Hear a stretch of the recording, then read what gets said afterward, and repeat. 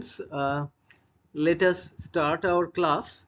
So let us move on to Jhumpa Lahiri's short story, A Temporary Matter, which we were discussing. In fact, I had taken one class with you. So let me share the screen with you, the text that is, and I'd ask you to uh, look at the text.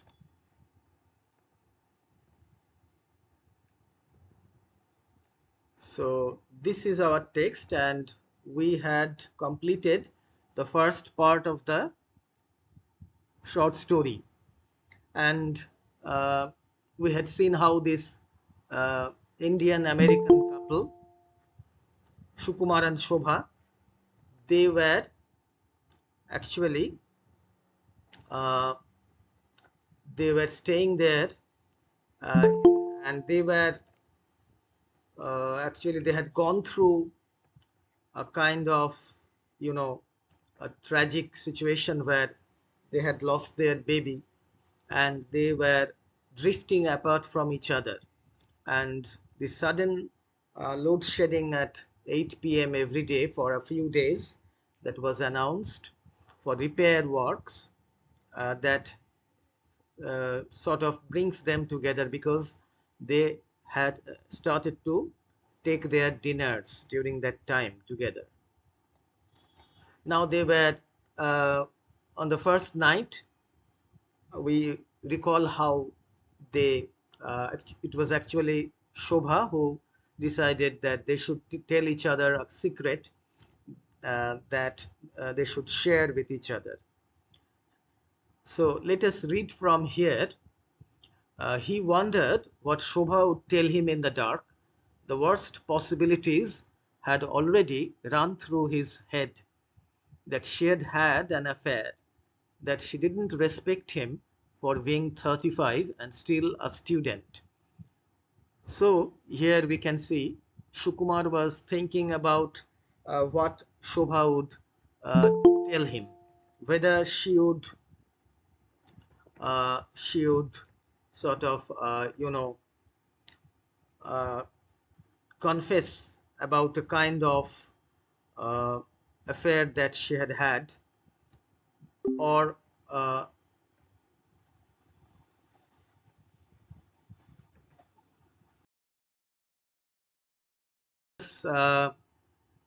let us continue with our short story.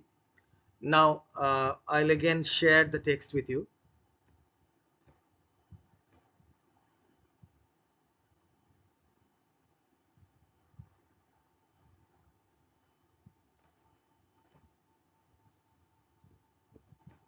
So, Shukumar was thinking about this, what Shobha would tell him.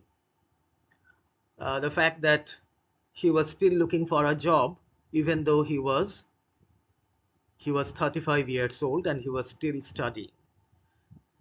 That she blamed him for being in Baltimore the way her mother did, but he knew those things weren't true. She had been faithful, as had he. She believed in him. It was she who had insisted he go to Baltimore. What didn't they know about each other? He knew she curled her fingers tightly when she slept. So Shukumar was thinking about these things, and he wanted actually to, you know, uh, he was feeling a bit confused what she would tell him. That her body twitched during bad dreams. He knew it was honeydew she favored over cantaloupe. So honeydew and cantaloupe, they are types of melons. So Shobha liked to eat honeydew more than she liked cantaloupe.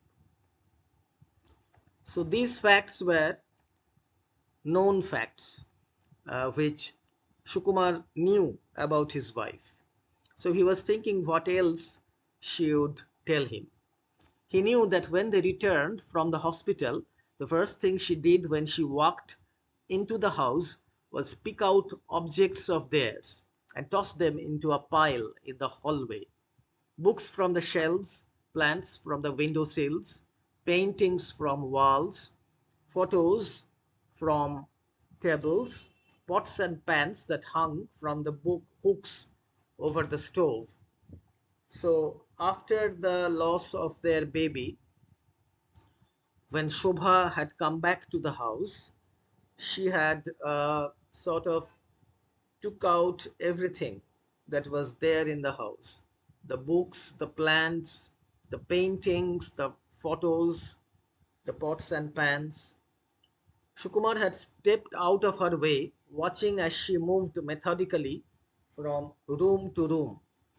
When she was satisfied, she stood there, staring at the pile she had made, her lips drawn back in such distaste that Sukumar had thought she would spit. Then she had started to cry. So it was a kind of a reaction that had happened within Shobha. She had not been able to look at or not been able to live in the same house where uh, she had been before the loss of her baby. He began to feel cold as he sat there on the steps. He felt that he needed her to talk first in order to reciprocate. So he was waiting for his wife to speak out. That time when your mother came to visit us, she said finally. When I said one night that I had to stay late at work, I went out with Gillian and had a martini. So they had a martini. It's a kind of a drink. So she had told her husband that she would be working late, but in fact she had left her workplace with her friend Gillian, and they had had a martini. He looked at her profile, the slender nose, the slightly masculine set of her jaw. He remembered that night well, eating with his mother, tired from teaching 2 classes back to back, wishing Shobha were there to say more of the right things, because he came up with only the wrong ones. So Shobha was not there on that night. It had been 12 years since his father had died, and his mother had come to spend 2 weeks with him and Shobha, so they could honor his father's memory together. So Shukumar's mother was there, and she had come to spend 2 weeks with them. Each night his mother cooked something his father had liked, but she was too upset to eat the dishes herself, and her eyes would well up as Shobha stroked her hand. It's so touching, Shobha had said to him at the time. Now he pictured Shobha with Gillian in a bar with striped velvet sofas, the one they used to go to after the movies, making sure she got her extra olive, asking Gillian for a cigarette. He imagined her complaining and Gillian sympathizing about visits from in-laws. It was Gillian who had driven Shobha to the hospital. So obviously this was something that Shobha had not told him. And now this is for the first time that she reveals this, that she had gone to that bar and had had a martini with Gillian. Your turn, she said, stopping his thoughts. At the end of their street, Shukumar heard sounds of a drill and the electricians shouting over it. So the electrical people, the electricians, they were trying to restore or rather repair the fault. He looked at the darkened facades of the houses lining the street. Candles glowed in the windows of one. In spite of the warmth, smoke rose from the chimney. So actually, as we can see here, that the sounds of the workmen working could be heard, and the locality was in darkness, so the candles were burning in different houses. I cheated on my Oriental Civilization exam in college, he said. It was my last semester, my last set of exams. My father had died a few months before. I could see the blue book of the guy next to me. He was an American guy, a maniac. He knew Urdu and Sanskrit. I couldn't remember if the verse we had to identify was an example of a ghazal or not. So here, uh, Shukumar is talking about his own, you know, what his own secret, which he had not revealed earlier, that he had cheated on his Oriental Civilization exam, and he copied from his the person who was sitting next to him. I looked at his answer and copied it down. It had happened over 15 years ago. He felt relief now, having told her. So that was something that he had done in that examination. She turned to him, looking not at his face but at his shoes. Old moccasins he wore as if they were slippers. The leather at the back permanently flattened.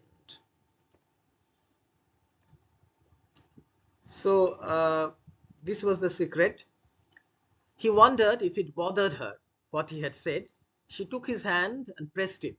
You didn't have to tell me why you did it, she said, moving closer to him.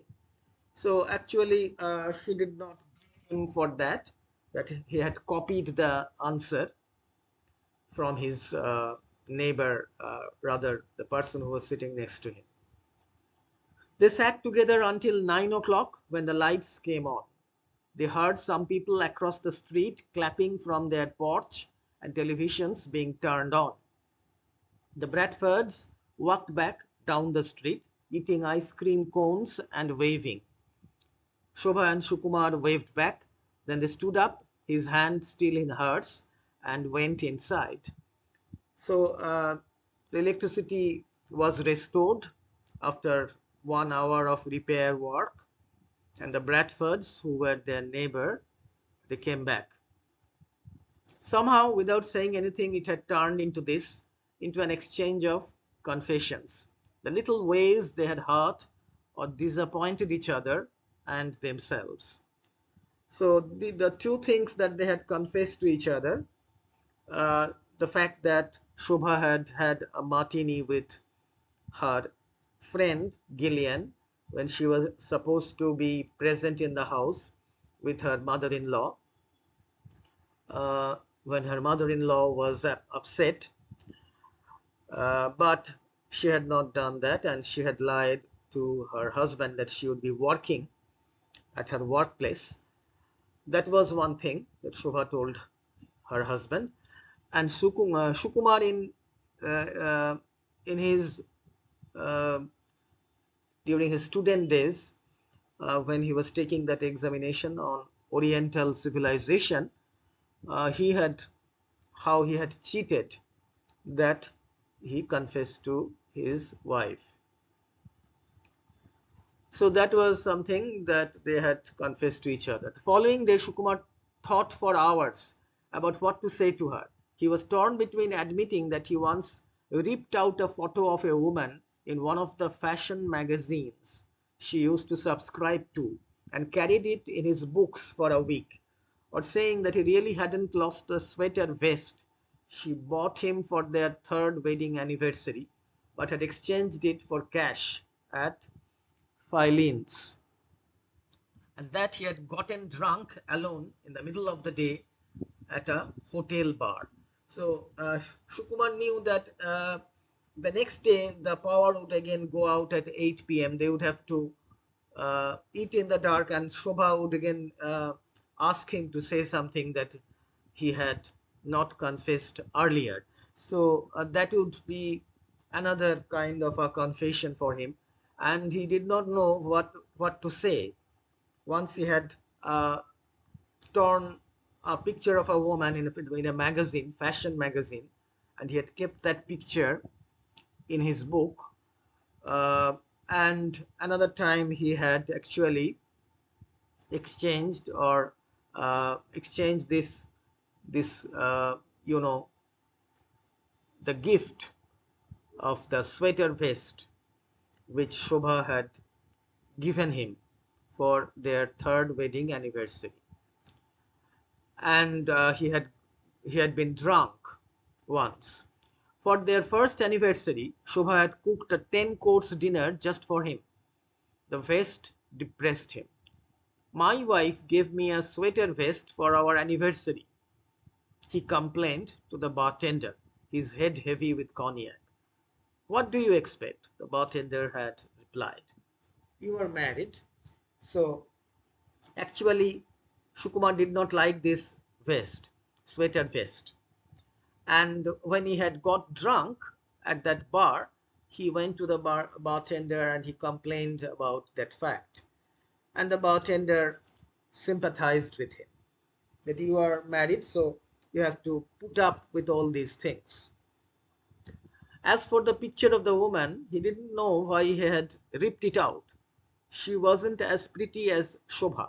She wore a white sequined dress and had a sullen face and lean, mannish legs. Her bare arms were raised, her fists around her head, as if she were about to punch herself in the ears. It was an advertisement for stockings. So this was the picture of this woman which Shukumar had torn from that book, fashion magazine rather. It was an advertisement for stockings. Shobha had been pregnant at the time, her stomach suddenly immense, to the point where Shukumar no longer wanted to touch her. The first time he saw the picture, he was lying in bed next to her, watching her as she read. When he noticed the magazine in the recycling pile, he found the woman and tore out the page as carefully as he could. For about a week he allowed himself a glimpse each day. He felt an intense desire for the woman, but it was a desire that turned to disgust after a minute or two. It was the closest he had come to infidelity. So here Shukumar was thinking about that past action that he had done, like tearing off the picture of that woman, and it was at a time when Shobha was pregnant, and he had felt a kind of a desire for that woman, but it had disappeared soon after. So that was something that he might tell Shobha. He told Shobha about the sweater on the third night, the picture on the fourth. She said nothing as he spoke, expressed no protest or reproach. So ultimately he confessed about these two secrets to Shobha, but Shobha did not reproach him or protest about these things. She simply listened, and then she took his hand, pressing it as she had before. So she did the same thing, as if to uh, say that she sympathized with him, like something like that. On the third night, she told him that once after a lecture they had attended, she let him speak to the chairman of his department without telling him that he had a dab of paint on his chin. So actually, it was during a lecture, and uh, Shukumar was in fact talking. He had gone up to talk to one of his uh, of the chairman of the department, and actually, what had happened that uh, there had been this. Uh, as we can see that it is referred here, this food, actually they were eating, and so there was this little bit of food on his chin, and so Shukumar had not really noticed that, But Shobha had noticed that, but she did not tell him. Uh, she had been irritated with him for some reason, and so she had let him go on and on about securing his fellowship for the following semester without putting a finger to her own chin as a signal. So she could have warned him by putting a finger onto her own chin, so so that Sukumar would have become aware of the fact that he had some food dabbed on his chin, and he would have cleaned that up, perhaps, if he had understood. But she did not do that. When he was talking with the chairman of his department about uh, getting the fellowship. The fourth night, she said that she never liked the one poem he had ever published in his life in a literary magazine in Utah. He had written the poem after meeting Shobha.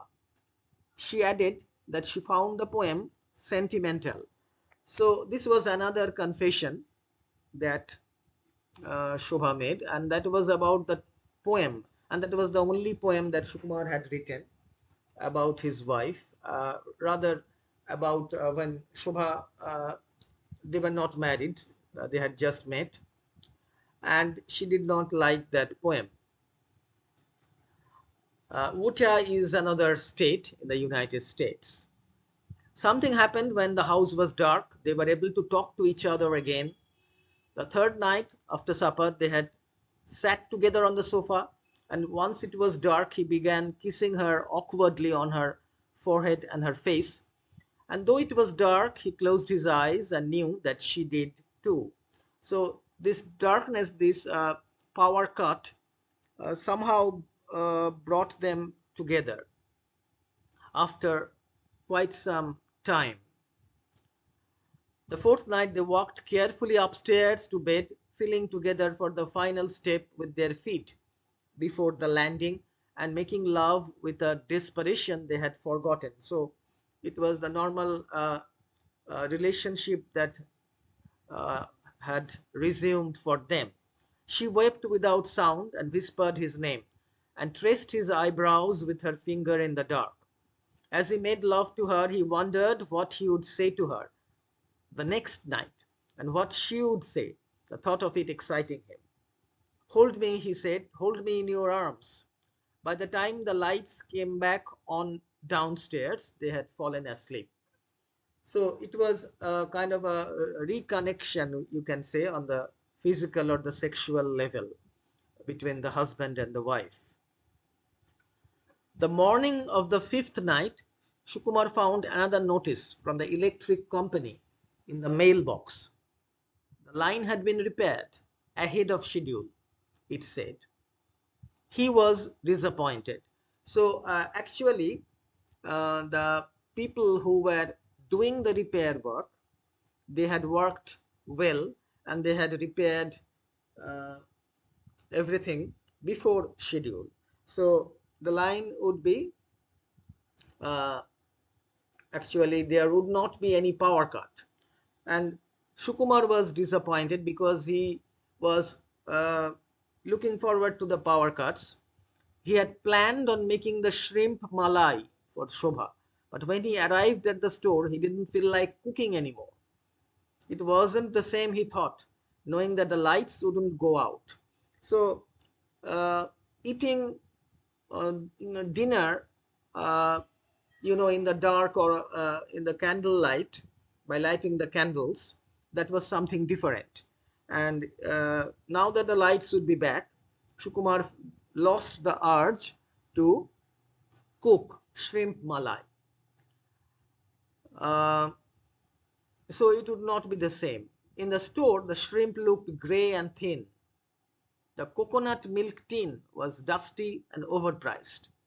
Still, he bought them, along with a beeswax candle and 2 bottles of wine.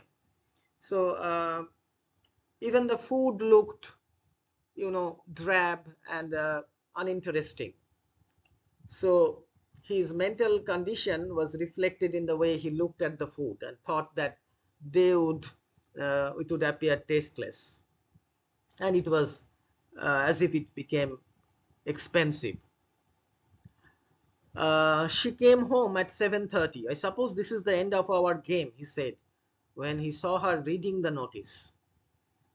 She looked at him. You can still light candles if you want. She hadn't been in the gym tonight. She wore a suit beneath the raincoat. Her makeup had been retouched recently.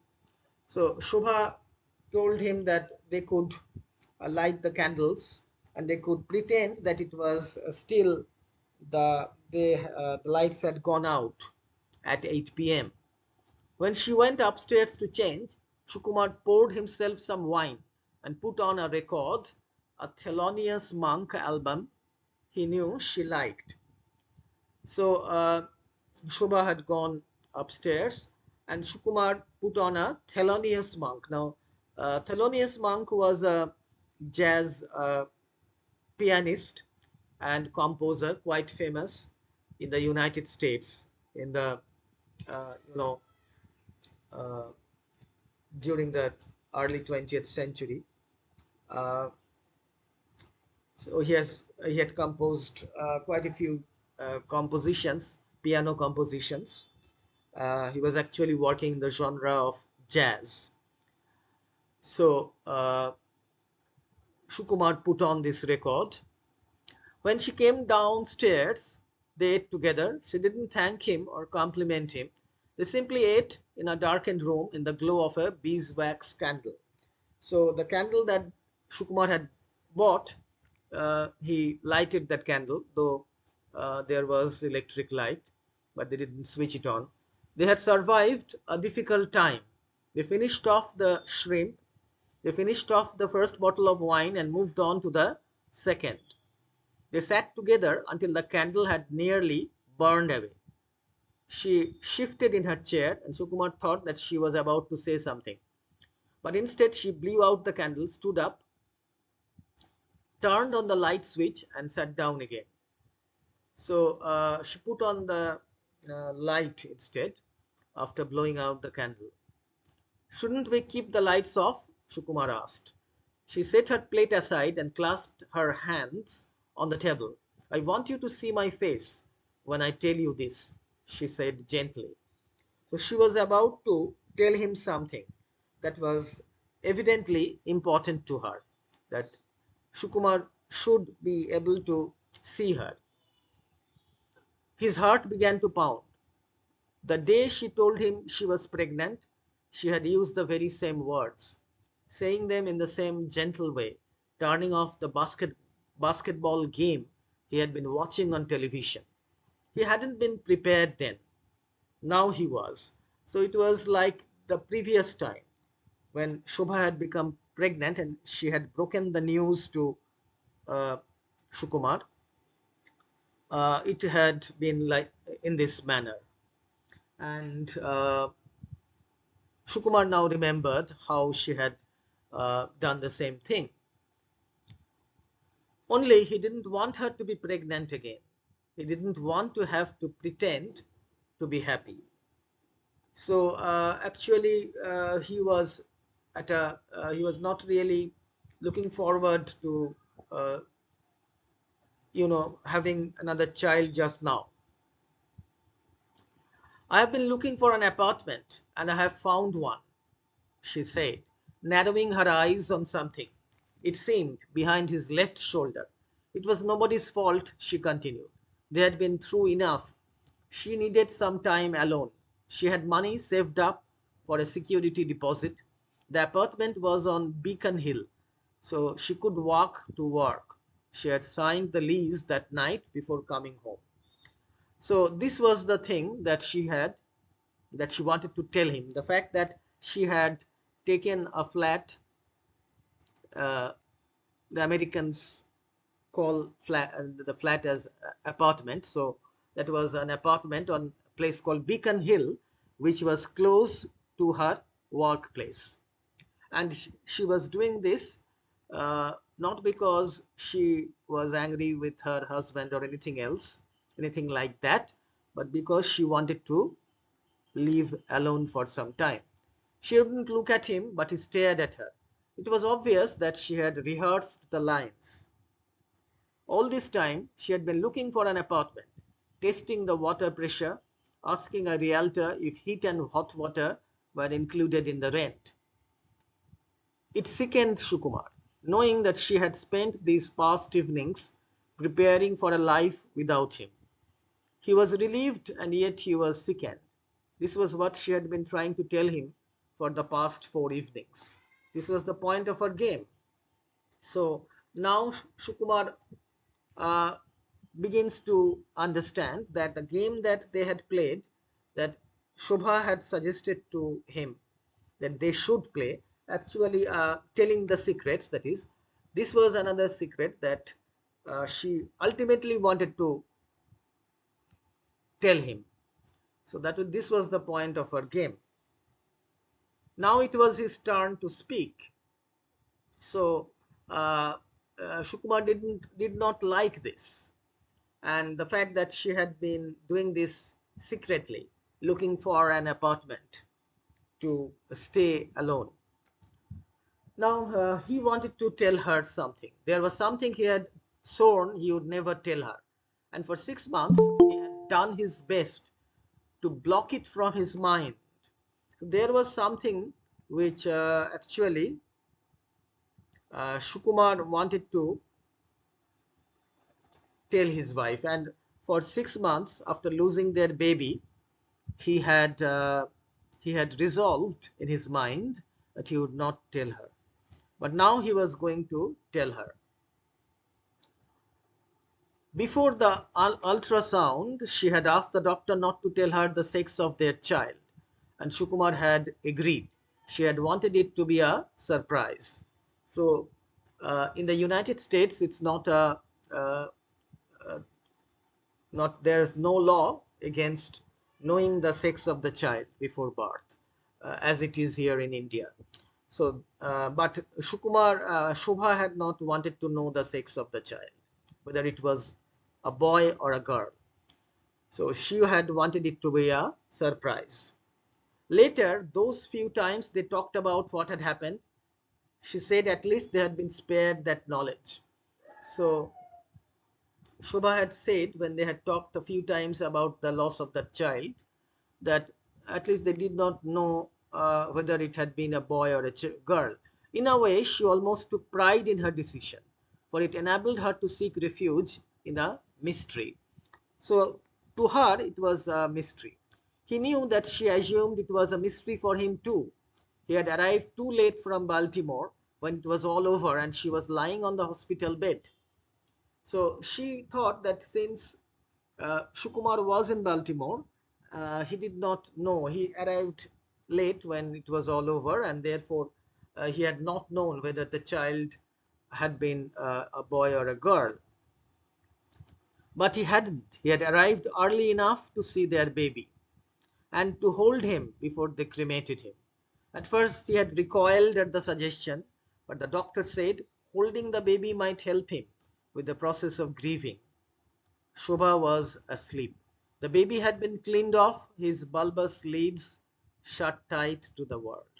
So this was the moment when Shukumar had taken the baby in his arms, the dead baby that is, and the doctor had asked him to do so because he had felt that it would help him to control his grief or something like that.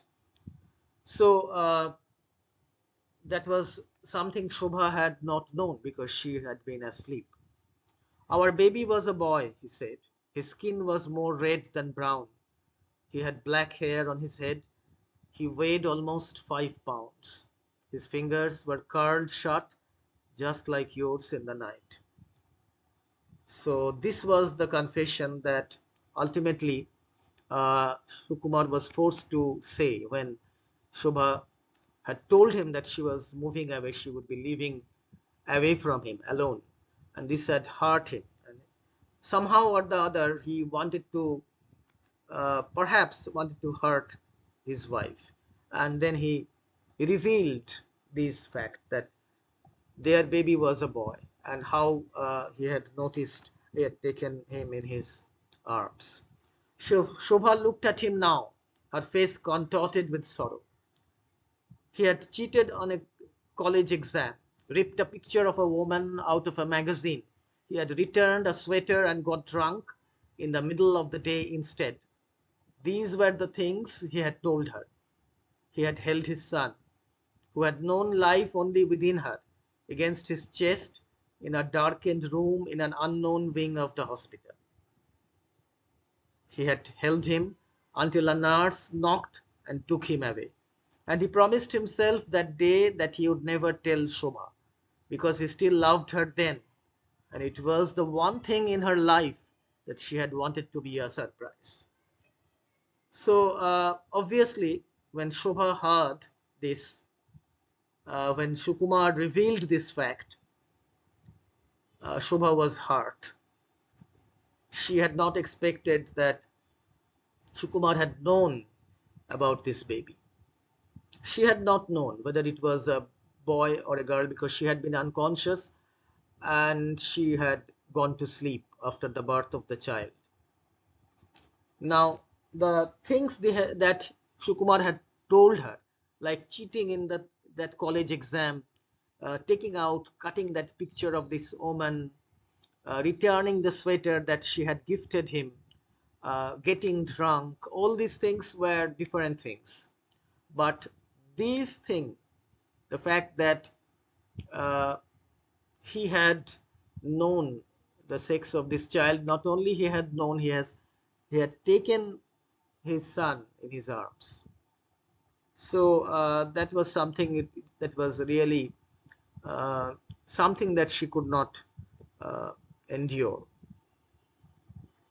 But Sukumar was actually in the lines that we read here, that earlier he had promised that he would never tell his wife about this, but somehow or the other that feeling for her had disappeared. uh, Sukumar stood up and stacked his plate on top of hers. He carried the plates to the sink, but instead of running the tap, he looked out the window. Outside, the evening was still warm, and the Bradfords were walking arm in arm. As he watched the couple from the room went dark, and he spun round. Shobha had turned the lights off. She came back to the table and sat down, and after a moment, Sukumar joined her. They wept together for the things they now knew. So here we come to the end of the story. It ends like this, that the fact that uh, for a brief period of time the couple had come together. Actually now they are drifting apart, but finally they were grieving. They had known two things. They now knew two things, that one thing that Shubha had told her husband, and what Sukumar had told his wife. And both the things hurt both of them, and they wept together. And uh, this action of crying together, you can see that somehow or the other mentally uh, they were sort of coming together at the end of this story. So whether that would lead to their being remaining united, or whether Shobha would change her mind, that of course the writer has not hinted at. But the story begins on a very sad note, and the description of the dead child and all that. So it's a very you can say a depressing kind of a story that we find here. And the temporary matter, that was the repair work that was going on, actually it creates a kind of a rift between the husband and the wife. So let me end uh, here. And so this is the story, and we have finally completed this story, A Temporary Matter by Jhumpa Lahiri. And as we can see here, uh, it is a story which brings in this story about this Indian American couple who actually about their life in America, this Bengali couple. And Jhumpa Lahiri, she in the collection Interpreter of Maladies, you will find such stories, and this is one of them. So this is something, you know, the life, a kind of a picture of the life that they led in this story.